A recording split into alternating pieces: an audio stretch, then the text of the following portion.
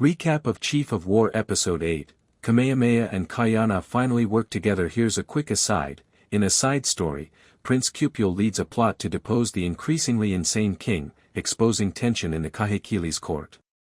The prince finally loses it when he witnesses his father destroying the pillar of bones he built while yelling and raving about the necessity of using new corpses to construct a new one. His father spins and stabs him as he attacks.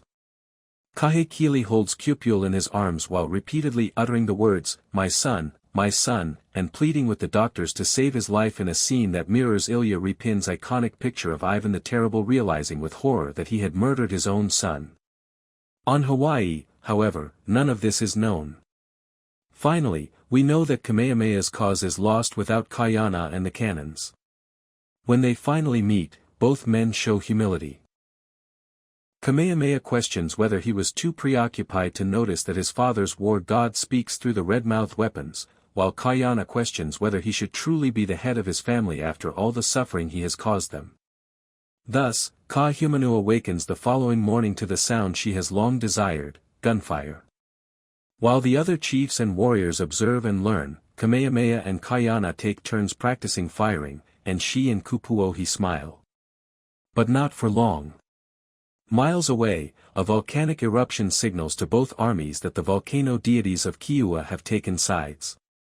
As he, his brother, and their chief gaze off into the horizon, Namek states plainly and menacingly, the gods speak for Kīua.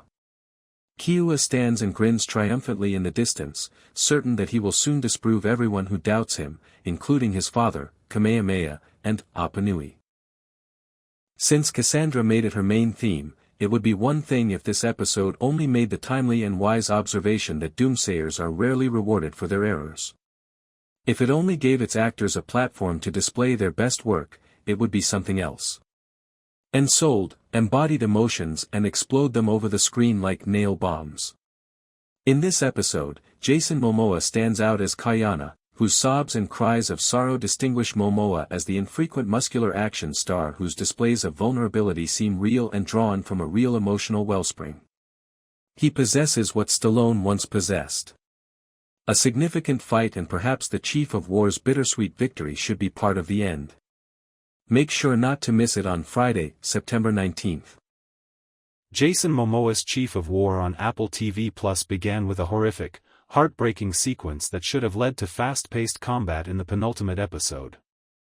Rather, the story became mired in more ambivalent politics.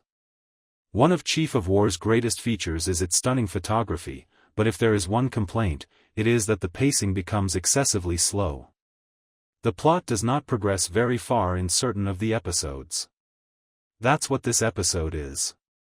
Key moments from Chief of War Episode 8. Captain Metcalf gave the command to use nail-filled cannons to massacre defenseless Hawaiian natives at the end of the last episode. It served as the ideal prelude to Episode 8. The viewers witnessed the destruction, which was devastating. Naturally, Kaiani had warned Kamehameha that something similar might occur. An enraged Kaiani meets his chief and accuses Kamehameha of being responsible for the numerous fatalities. He and Kamehameha continue to be ignored by the chief. The chief refused to utilize the firearms that Kaiani delivered to the islands, despite the fact that he had informed Kamehameha of the threats posed by the white men and the necessity for the islands to band together to fight them. With the help of King Kahekili's goon Apanui, Kīua invades Kamehameha's realm, murders Kaiani's brother Nahi, and captures the guardian of the Nui Grove. Apanui sexually abuses Heke after he lets him go. The audience witnessed the outcome, but fortunately that scenario was kept off-screen. Kaiani is even more incensed by these violent crimes.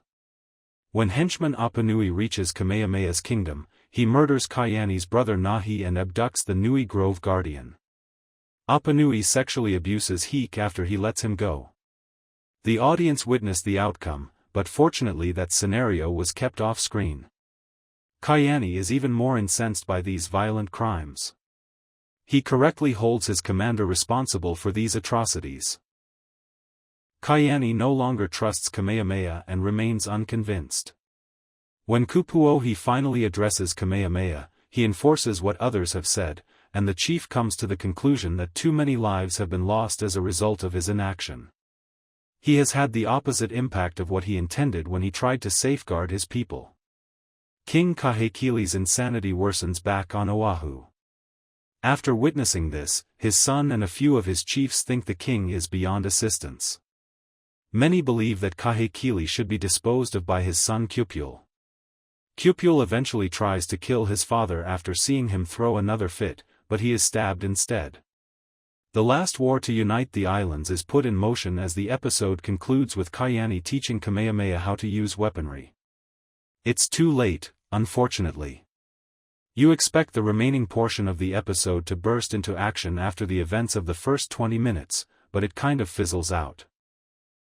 Kamehameha seems to have been dragging his feet for a number of episodes, and many of his